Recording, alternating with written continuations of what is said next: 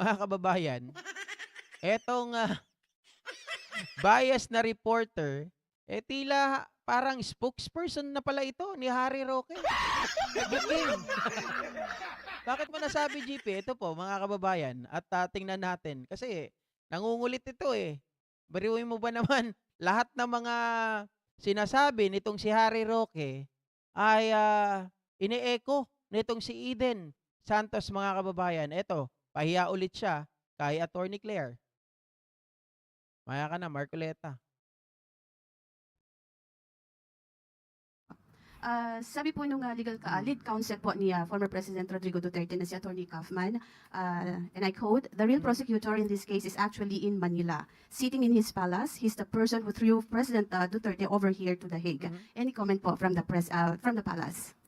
Is that you, Attorney Harry Roque, talking? Kaso anak ni Is that you, Harry former Harry Congressman Roque Teves ay talking? kinidnap yung kanyang tatay, Uh-huh. yung proseso ng pagtakip sa kanya doon sa Timor-Leste. Bago tayo tumungo sa ating question and answer, balikan natin ang matugumpay na pagkuha at pagbalik sa bansa sa pagganting si dating Congressman Arnulfo Teves Jr. Sa pahayag ni Pangulong Ferdinand R. Marcos Jr. kagabi, una niyang nalaman na handa ang Timor-Leste na pabalikin si Teves sa Pilipinas mula kay Prime Minister Guzmao noong Asian Summit. Panoorin po natin ang video na ito. The former Representative Arnie Teves, is now back in the Philippines. I was first informed of this development by Prime Minister Guzmao during the ASEAN meeting that I just returned from in Kuala Lumpur, and that Timor-Leste was ready to send Teves back to the Philippines. So this would not have happened without the assistance of President Horta and Prime Minister Guzmao of Timor-Leste. They have been working very hard to bring this to a conclusion. As we know, the former Congressman Arnie Teves is facing charges of murder and other crimes related to the ambush killing of the former Governor Digamo. We would like also to assure all our citizens that such lawlessness will not go unpunished, and it is now time for Arnie Teves to face justice. At para po bigyan tayo ng mas detalyadong kwento patungkol po dito, narito po ngayon sa ating harapan si Asek Erel Kabatbat. Nakasama po natin dito sa government team na sumunto po kay dating Congressman Teves. Maraming salamat po, Yusek Claire. Magandang umaga, malakayang press corps. Bilang pagtugon sa utos nating mahal na Pangulong Ferdinand Bongbong Marcos Jr., maayos, mapayapa, at matagumpay po natin nauwi sa ating bansa ang pugante at dating Negros Oriental Representative Arnulfo Teves kanina pong madaling araw. Pero hayaan niyo po na ako magbigay ng konting kwento lamang po sa ginawa pong pagkuha po sa dating mangbabatas. Alas 10 po ng gabi noong Huwebes ay napulong po ang mga member po ng extraction team. Kasama na po rito sina Asek Eliseo Cruz ng DOJ, NBI Directors Jaime Santiago at mga kinatawan po ng DOJ, Bureau of Immigration, National Bureau of Investigation at ang mga magigiting po na piloto at crew ng Philippine Air Force. 10:27 po ng gabi nakumpirma po na pwede pong dumaan ang Philippine Air Force. Hold on. Guys, sorry sa mga hindi ko nabibigyan ng jacket.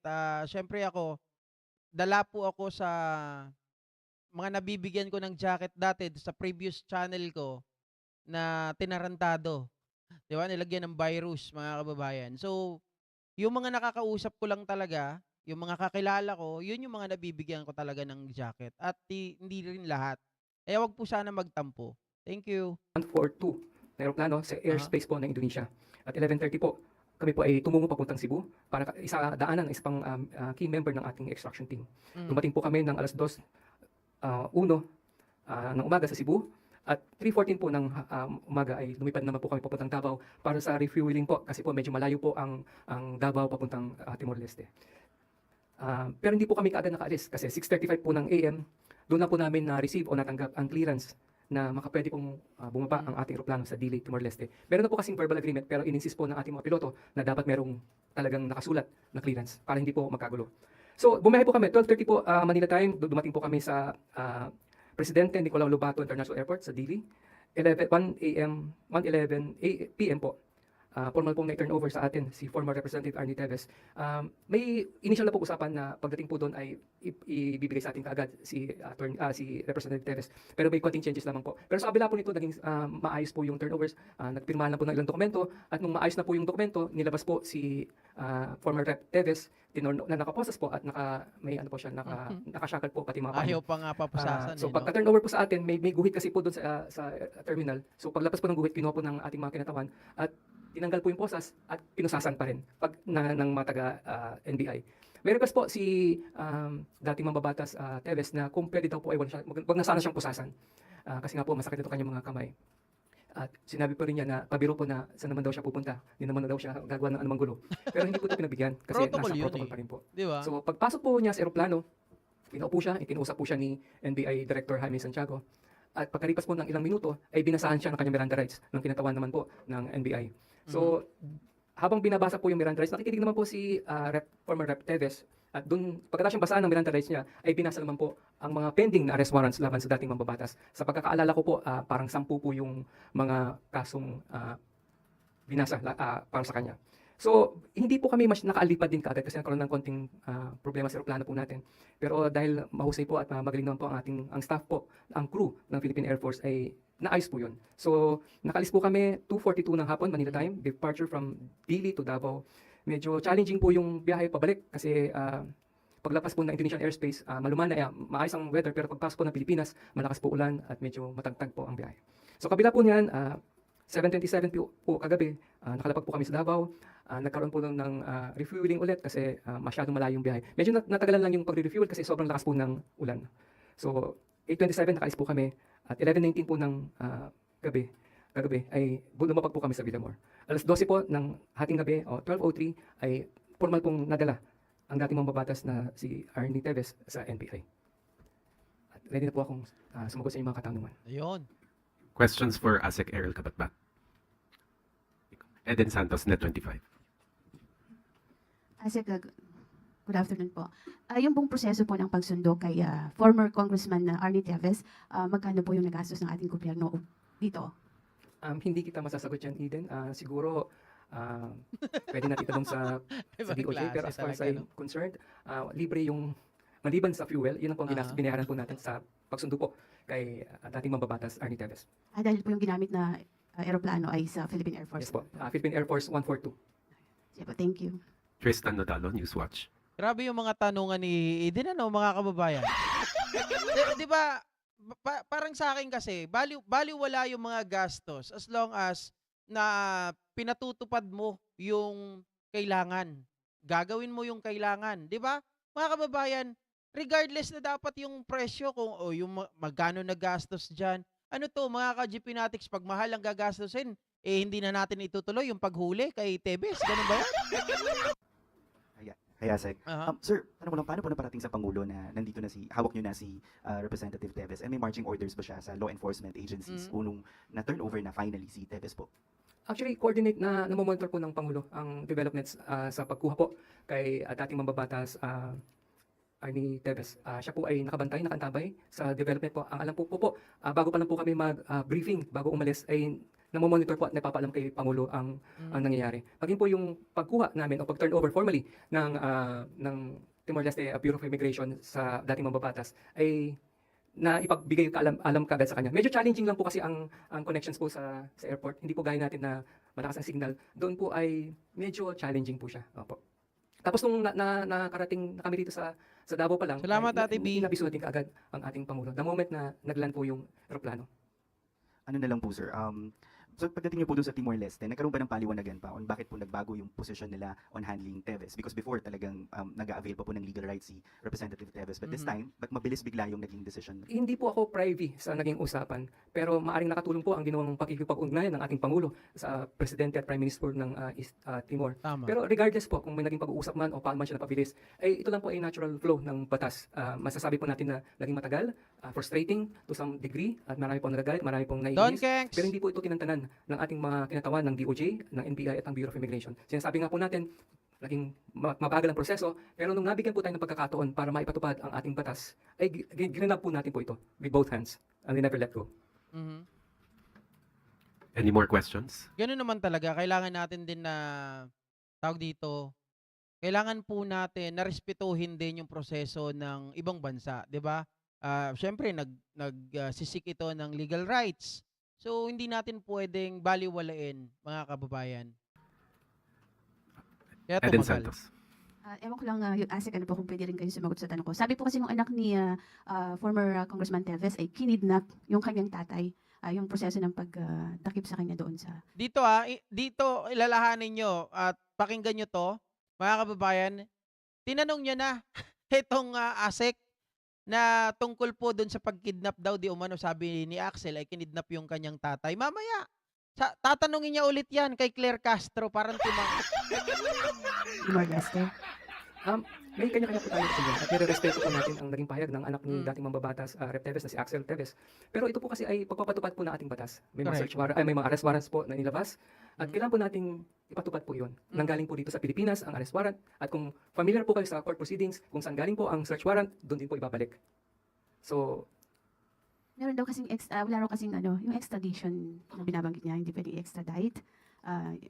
ayan po ay isang usapin na pwedeng sagutin po ng Department of Foreign Affairs. Pero sa panig po ng extraction team, kami po ay nagpapatupad lamang ng batas. At ginawa lang po namin ang aming tungkulin.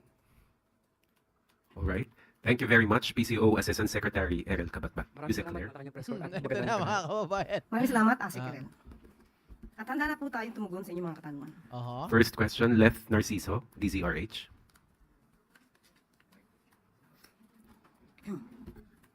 Good morning, Yusek. Ma'am, ipinagpaliban po ng Senado yung presentation ng Articles of Impeachment laban kay VP Sara sa June 12 imbes na June 2. Napag-usapan po ba sa LEDAC meeting kahapon yung tungkol sa impeachment? Hindi po. Wala pong nabanggit. Okay. Doon na lang po sa binanggit ni Senate President Chis Escudero na yun ay para mas matutukan nila yung mga natitira pang priority legislation. Nagbigay po ba ng commitment ang Kamara at Senado kay Pangulong Marcos na ihahabol yung mga nakabinbin pang priority bills? Yes, opo. Actually, napag-usapan po. May 4 po na priority bills na napag-usapan sa LEDAC. At ito po yung National Government Right-Sizing Program. Kasama din po yung Amendments to the Right of Way Act, amendments to the Cooperative Code, at pati po yung Proposed National Disease Prevention and Management Authority. Ayon nga po sa report, ito pong National Government Right-Sizing Program, ito po ay aprobado na po sa House of Representatives at maganda po talagang ito ay maipasa. Sa kasalukuyan, ito po ay nakapending po sa Senado. At mas maganda po ito ay magiging maisabatas na po dahil kapag po ito ay naisabatas, mas magiging maganda po ang serbisyo maibibigay sa taong bayan dahil matatanggal na po ang mga redundant, overlapping, unnecessary functions and programs ng ibang mga ahensya at mapapalakas pa ang ibang ahensya na mas kakailanganin pa ng additional na pondo. Yun lang pa po muna ang aking maibibigay na detalye. Eden Santos, Net 25. Ito na, ito na. Hoy, huwag na Good patagalin. morning po, Yusek. Good morning. Sabi po nung lead counsel po ni former President Rodrigo Duterte na si Attorney Kaufman, and I quote, "The real prosecutor in this case is actually in Manila, sitting in his palace. He's the person who threw President Duterte over here to The Hague." Any comment po from the from the palace? Is that you, Attorney Harry Roque, talking? It was Attorney Harry Roque Aha. making such comment. But anyway, it is very apparent and very obvious. No. Mga kababayan, it wasn't. It wasn't Harry Roque who made that comment. It was Nicholas Kaufman. Mali ka naman doon, Attorney Claire. Okay? It wasn't Attorney Harry Roque. It was Nicholas Kaufman who made that statement. Attorney Kaufman is being surrounded by fake news peddlers. He doesn't know the timeline. He doesn't know the facts of the case. He should It seems be like- concentrating on his job as a counsel, not in engaging in rumor mongering. Mhm. Thank you. Harleen Delgado, ABS-CBN. Good afternoon, Oo nga, no, parang nakikita ko kay Kaufman, nakikinig na lang siya doon kung ano yung mga naririnig niya sa mga DDS. Kaya nagiging jologs na rin siya eh. Diba? Biruin yung mga kababayan kung ano, nandyan ka, gawin mo na lahat eh, puro sablay naman ang kanilang mga hiling. Puro rejected. Yusek, we would just like to get a comment sa Ah. pinost ni Senator Amy Marcos. It was a photo with Attorney Nicholas Kaufman, and in her caption, she said, allow me to quote her, Yusek, "Hindi Ganda ako naman naghintay nito. ng 39 years para lang magkamali muli. May Marcos na natuto sa kasaysayan." Any response po? Masaya po na umaamin po si Senator Amy Marcos sa kanyang mga pagkakamali. Pero nung aking tanungin po ang Pangulo patungkol po dyan, ang kanyang sinabi po ay, no comment. Yun lang po. Crizel Insigne, IBC 13. Yusek, baka ilang beses na po sinabi ng Pangulo niya na ayaw niya sa impeachment. May nagsasabi rin po na parang yung pag-ayaw daw po ng Pangulo sa impeachment ay kahulugan na ayaw niya ng transparency and accountability. Ano po reaction ng Palace po? Opo, maliwanag po ang sinabi ng Pangulo na sa simula po ay ayaw niya talaga po ng impeachment dahil maaaring meron pong ibang mga legal na pamamaraan kung dapat mapanagot ang dapat mapanagot. Pero ngayon po ang Vice Presidente po ay impeach na. Wala na po sa kamay ng Pangulo ito. Yun naman po ay kanyang suggestion lang kung maaari ay ayaw niya ng impeachment.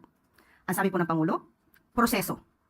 Tandaan po natin, sana po bago mag-analisa sa bawat sasabihin ng Pangulo, ilahat po ang kanyang mga sinasabi. Hindi lamang po sa sinasabi niyang ayaw niya ng impeachment. Tatandaan po natin, sinabi niya, doon sa press con, sa Kuala Lumpur, before the Malacanang press corps sa Kuala Lumpur, sinabi po niyang hindi siya tumatakbo sa laban.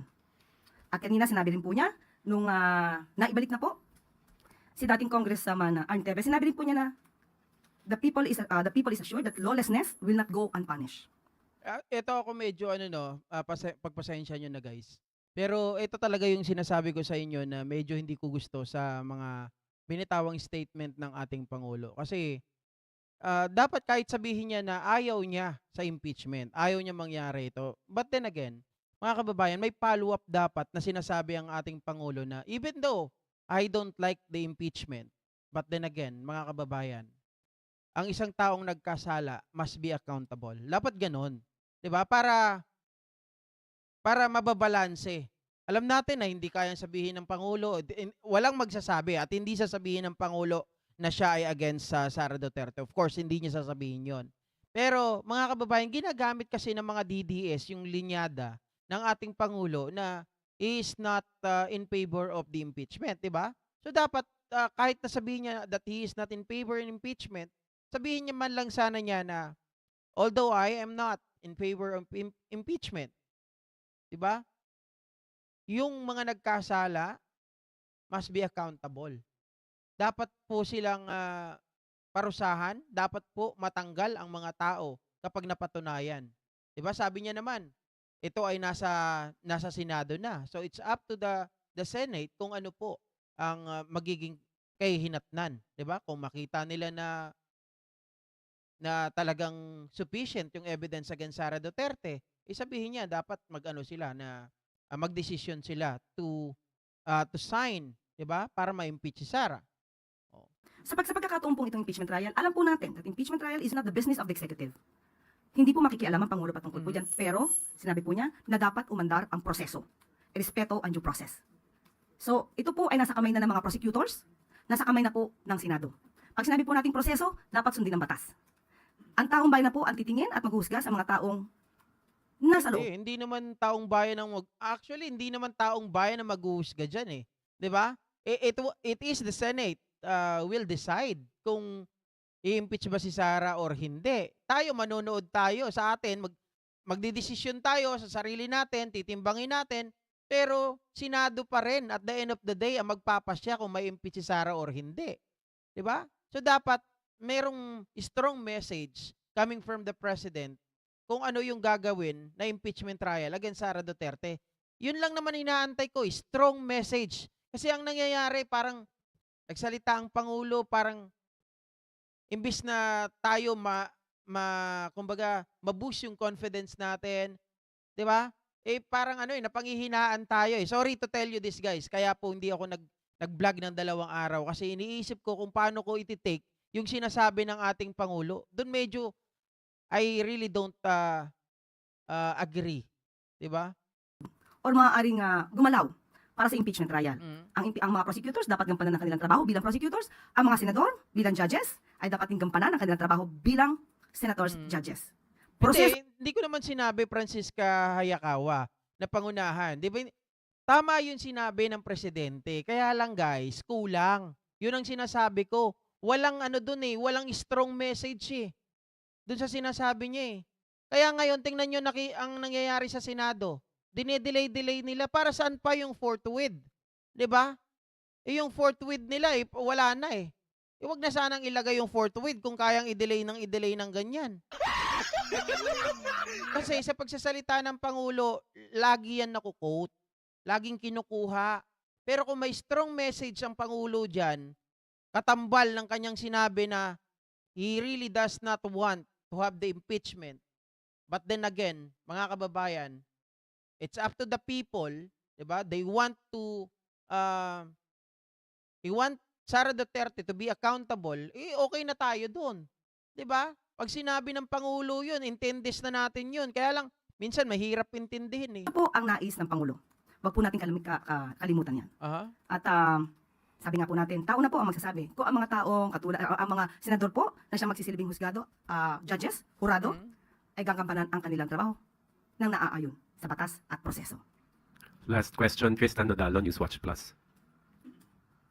Hey, Yusek, may comment lang po although nag-release na po si Executive Secretary Bersamin ng second wave of mga bagong pangalan and retain sa cabinet positions. But for Senator Lacson, sabi niya, the President should do it quickly, yung matapos po yung cabinet performance review because the season for jockeying for position has intensified with the circulation daw po of white papers and floating of names of applicants to fill up the unvacated posts. Uncertainty often leads to inefficiency and divisiveness in the ranks. Comment lang po. Alam po ng Pangulo ang kanyang ginagawa, alam niya po kung paano mapabilis, at sabi nga rin po ni Executive Secretary Lucas Bersamin, sa trabahong ito dapat mas mabilis. Kung kailangan i-deliver ang tinapay, masarap na tinapay ang dapat na i-deliver. So makakaasa po kayo sa mas mabilis na pag-i-evaluate patungkol po dito sa mga cabinet members at cabinet secretaries and heads of agencies.